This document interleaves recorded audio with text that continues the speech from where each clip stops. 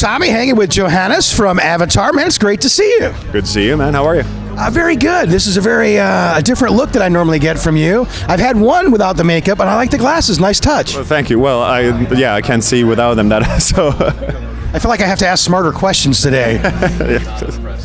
Ask something, and we'll see how it goes. I hope I pass the test today, but definitely, you guys, definitely my favorite band from Sweden for sure. But this 6th album's into it, and you guys just keep seeming to get better and better. Where a lot of bands have those big albums early on and kind of trail off, you guys just keep climbing the hill, and it's great. Thank you, first and foremost. I think what we do is treating each album as if it were to be our last. Or that's something that happened at least when we did Black Waltz, is that it might have been our last, the way things looked at the time, and that mindset that we had because of that turned out to be a great mindset to be in when creating art. Like that, if this is our last hurrah, our swan song, and the last chance for us to say something, scream something into the void. Then this is what we want to do, and we do this now every time. This idea that this might totally be a flop, but it's something we wanted to hear. So we build around that, and this far it's been working. Well, we had a conversation a few years ago, and we were talking about, where you come from in Sweden and how the culture really encourages art and music. And I just want to say congratulations on Feathers and Flesh of being a great piece of art. Well, thank you very much. And I guess, again, I think that is one of those things that we do that are ironically working from a commercial standpoint, is that we are being very hard to work with, and very people talk image and we talk about art or concept and things like that, and we seem to pull it off in a way that is doing well for us. And also I guess just that we are doing things that we are fan of ourselves, which include these albums, crazy, super ambitious music, and then also putting on shows that we really, really would like to go to see ourselves. We like watching Michael Jackson concerts, and why wouldn't we aspire to anything else than that? Well, absolutely. Reach high, you usually land pretty high. Even if you don't hit it, if you're going, you get pretty close. Reach for the stars, you might hit the treetops, yeah. Absolutely.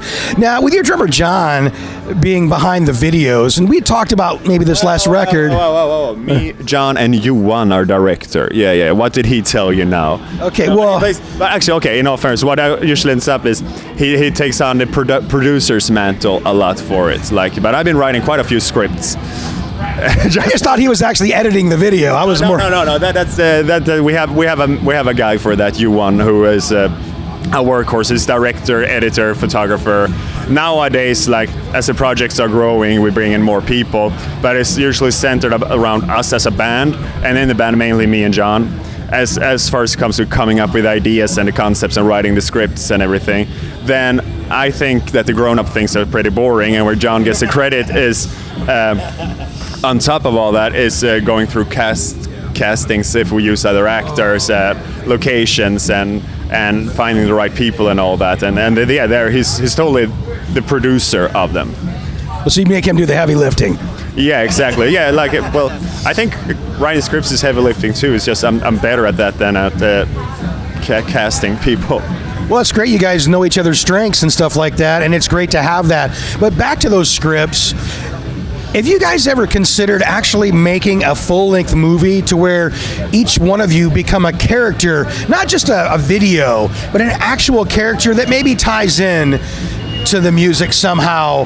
I think that the capabilities and the creativity you guys have, and it may lend itself more to the comic book side of things for each one of you, because you have such a character on stage, you and all the members, but you in particular. There could be room for something like that, and I think that would be an interesting concept, and something like that could live on and live on and live on. Well, yeah, absolutely. What we are. Again, we did an album with a book, and you do your music videos, and we're pretty ambitious with the photography and everything. So it feels like the next natural step, and it's a recurring question, is a movie. And we're interested in that, but there are a couple of things. That's a completely different level of project in terms of manpower, and budget, if you want to do it right, of course, and just how you have it. Because what's important and what has made these things work, the book worked or anything else worked, is because we always start the day and end the day with the music. Right. And to find a balanced way, a smart way that makes sense to do a feature film where the whole concept begins and ends with the music, and make something good out of that, it's hard. You know, you got the wall. Right. And I think that I don't know if I'm that good. You know, it's a real challenge. And then also if we're supposed to do acting beyond being, you know, stage performers, there's the whole thing of reading lines and being a convincing actor and all that. So we're very interested in it. I don't think we'll start working on that tomorrow. You know, just because the nature of that beast, of what it is. But yeah, one day for sure. But I see the creativity. You know, I follow bands and I followed music my whole life, and when I look at you guys and what you're doing, I believe the capability is there, and I think you guys might be one of the ones that could pull it off smarter than some of the other bands that's made some other attempts, and I will not mention them. It'll get me in trouble. Well, thank you. I just think we enjoy playing this game on hard mode, and I think that is a big secret to that we get the kind of appreciation that you're giving me right now. Is just that we don't settle for less, and again, it starts with the riffs and the drum fills, and it's right there at the beginning where like, okay, that's nice, but we heard it, so move on. Try to write songs we haven't heard, and I think that shapes everything, and it pays off to work hard. Isn't that nice? Hey, it's very nice, and it shows in your guys' efforts too. I mean, everything, just even from the picture stuff that you guys had, you know, I mean, everything was so detailed and it was so perfect. You know, I mean, you guys have a good eye for this, and I'm usually a pretty good eye for people who have a good eye, you know, so I really think I'd like to see you do that. Now, you'd mentioned Pink Floyd's The Wall. Did you see Roger Waters' most recent movie from a couple of years ago, where he wove that concert in to a script? It actually made all the Pink Floyd stuff make sense to the ones who didn't get it. And I think you guys should make that as a band project someday and watch it, because they wove in the music, and he went places and told the story. He actually drove to all those places in Europe and explained those things about his father and his grandfather passing in the war. You guys will appreciate it, but I think it might get that mind working on that concept you're trying to put together. I heard of this. I haven't. I have yet to watch it. I will say this: I stood up in the theater and I applauded, and someday I believe I'll be doing that to your movie. Well, thank you. Well, knock on wood. You know. Okay. No pressure at all. Yeah, no pressure at all. Just trying to top Roger Waters now, but I think you guys are on your way. Again, that is what you have to aim for. I don't believe that in a million years I ever would, but why would I not try to aim to top Roger Waters? Isn't that what's trying to be a forward-thinking artist should be, you know? Like, if hey, we have a band and we kind of sound like Iron Maiden, kind of, but not really. Like, it's not the way you as an artist have to think. Yeah, I have to think like, I'm gonna beat Maiden, you know, and yes. I'm sure I never will. Who no one will. But it's just that frame of mind. Like, you want to push yourself, and hopefully, if you're a bit lucky and do it many times over, you know, you might once maybe top something a little bit, you know, just, and therefore push the whole, you know, the scene and the art and the culture of it forward. Like, that should be your ambition as an artist. Otherwise, I don't know why you're doing this. Otherwise, you know, start a tribute band, man. You know, like. Absolutely. Now, you know, a lot of metal bands are sometimes I feel are too serious. Not that you guys aren't serious. I believe behind the scenes you're absolutely serious about everything you do, but you come off so entertaining. The band has fun. In the videos, it's fun. And when I go to an Avatar show, I'm smiling. I'm not just rocking out, but I'm entertained. And is that something you guys strive for? I mean, I know the songs come first, but there's a highly entertainment value to, I believe, that you offer Avatar, and you offer an audience. To me, it's fascinating what kind of dark and deranged stuff you get away with talking about if you do it while doing a silly walk. But But yeah, no, of course. Like the thing is, yes, we are dead serious about, as I think came off pretty clearly just now, about what we create. But it's also, yeah, this is fun. And it should be fun. And it's like that's one of those interesting things about being like in a live performing band and like a visual entertain. Like it's art, it's culture, it's all those things. You have that hat on all the time, but then you also have your entertainer hat on, because otherwise why would we even bother to go on stage if it wasn't and dress up and do it like this, if if we weren't there to also entertain and try. I love metal because what it does on so many layers, and I care deeply about each and every layer. I care deeply about all of those. So like just a superficial thing of like, yeah, sweet, that's dead seriously so important to me. But then also like, I think my introduction into being interested in philosophy at all as a teenager came through. What the fuck? Throw me a banana at least if you're going to watch them on. I guess a field trip just wheeled into the media tent, and now all these kids want to interview bands and don't realize an interview's going on. But we'll press forward because we're professionals. The only ones here right now, apparently. But I've really appreciated what you guys have been doing on stage so far, and I will say Avatar still has the coolest merch booth ever. Oh yeah, you can thank our man Adam and David, the merch man, for that. They built it. It was David's blueprint, so that is also like important, and why we come off as such great five individuals is because I guess we are about 50 people involved one way or another, and it's all about building the right team. Well, that being said, you guys are you guys going to be working on maybe more of a stage production and lighting and props and stuff? Because I would really like to see the next vision of that stage performance. Yeah. Like Adam is not getting a raise until we have like 10 strobes. Like, it's all about reinvesting into what we want to create and what we want to be, where we want to be at as a band. So until there's not seizures, you're not there yet, right? Exactly. Will Avatar be touring this album, Feathers and Flesh, for another year or so? Or are you guys going to get back in the studio before next June? The thing is, we are constantly writing from the day we have the master in hand, from like when we have Feathers and Flesh, like, nice, finally, sounds great, next, so that's, I guess, is all I can tell you right now, but we're constantly writing.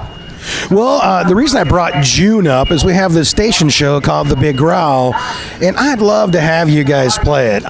You guys have come to South Bend a couple different times, but our show, we had almost 12,000 people there this year. It's all ages, and the concept is, it's not about making money off tickets. It's only $20 to see a festival.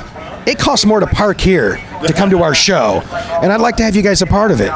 Well, we would love to. Get in touch with one of those 50 people I mentioned who do that part. So yeah, I'm interested, of course. Well, I think I know your agent, and I know a guy named George. I think I'll be able to get there from here. But I'd really like to have you guys come down for sure. You've had 3 singles from Feathers and Flesh: The Eagles Landed, Night Never Ending, and your current New Land, still climbing the charts. Will there be a 4th single from the album? Good question. It's I don't know. I guess I bring this to George, huh? Yeah, the thing is, I don't. That's another thing about us, I guess. We don't really write singles. So I don't know what I never know what a single is until it's released. So I don't know even if we would have any more singles to put out there. Oh, you do.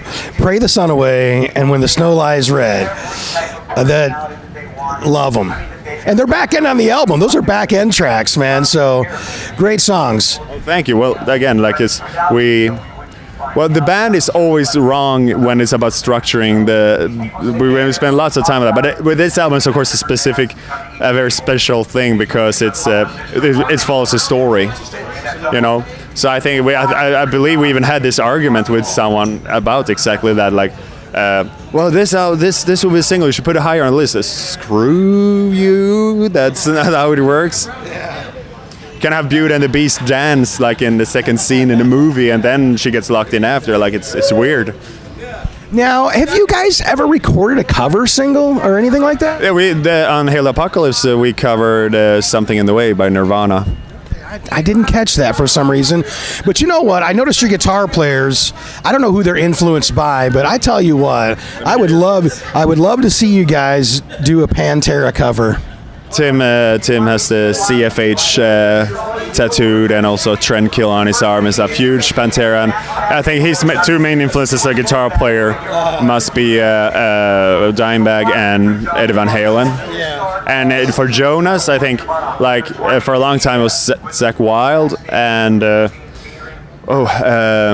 everyone on Iron Maiden, but I guess particularly Dave Murray. And on top of that, a whole bunch of technical death metal, Swedish technical death metal people, like the guys in he's gonna kill me, Spawn of Possession and things like that. So they complete each other like that very well. But yeah, Tim is very playful, and I think that whole Pantera, Van Halen vibe became a bit looser in a good way once he joined the band. Well, I tell you, he's got a great feel, and I just noticed that in some of the licks. I goes, there's a little bit of dime time in there. Yeah. But I think with that, and you're singing, it's a band be great to cover. I'm throwing it out there. I wouldn't mind it sometime. The thing for me is always to do a metal cover of a metal song. It just feels like, well, that was nice. Let's listen to the original. So that was a bit also like the reason we did a cover that we did. Yeah. It was we decided to record Hail the Apocalypse all live, like old school Zeppelin 1, 2, 3, 4, let's go kind of way. And the reason, what inspired us, or we were talking about it for a long time, but what gave us the courage to finally do it was that we on the flight over to Thailand where we recorded the album, we decided to we watched this documentary that Dave Grohl put out about the Sound City studios. Yes. And everything they talk about in there and stuff was finally like, well, if they can, maybe we can. Let's try this. And that is how we ended up doing it. So it was a fitting tribute to Dave Grohl, maybe even more specifically. And because of that studio, they record Nevermind there and all that. And it felt kind of, kind of left of center. A bit not what you would have expected from us to choose to record. And the way we could rearrange it to something heavy when it wasn't heavy to begin with. That all had it make sense at that time. But then I also feel like now looking for the new challenge, we did a cover now, and we know how a cover feels, and we stopped playing covers very early on. Basically, it was a battle of the bands that wouldn't let you play more than one cover, so we had to start writing, and we never stopped since. So we just don't hold your breath. Okay, I got you. So basically, you want to paint a picture, but you want a new picture to paint with that old picture. Yeah, exactly. And again, because then what happened is that that was supposed to have been a bonus track anyway, but then we liked it enough to actually put it on the album with our original songs. But then we played it live once, and it just I don't know what it was. Because the song, it sounds good, and I love the original song. Otherwise we wouldn't have covered it. But doing it there, it just felt like it. I don't know. It took us out of the moment somehow. It's those are amazing lyrics, but there's something very different for me to sing lyrics that I wrote myself. It's just I don't know. I can totally understand. You can even write your own song. It doesn't feel the right way live. Maybe it felt great in the studio, but live, this is just not transferring like I thought it would. Yeah, exactly. And that risk becomes, of course, even bigger when it's somebody else's song. I got one final question for you, and this is maybe for the local musicians around the world. You guys have been touring since 2001 and probably have learned a ton of lessons in the process. Is there any pieces of advice you could give a young musician who have their sights on a music career? Oh, there's so much, One first, But when you were coming up, is there something that somebody said to you to go, oh, because this is a business, and I'm trying to on this local program that we have on our show, on our station, trying to give these kids something to actually use. So is there something, or a couple things somebody told you that were eye-opening, that this made a difference in my career?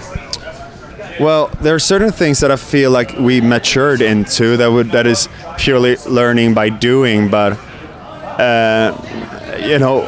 I think it would be hard for anyone to find success before they are able to formulate that vision for what you want to achieve artistically. I think that goes hand in hand, because in order to successfully communicate something to more than just a few people, it has to be a very coherent and strong message, idea, or what you want to call it. I don't mean message in terms of politically. I mean purely musically here. Like just that it's that you that what you have inside of you is also what comes out, and that it reaches to not just the first line of audience, and not just the first row. And I think that comes from practicing.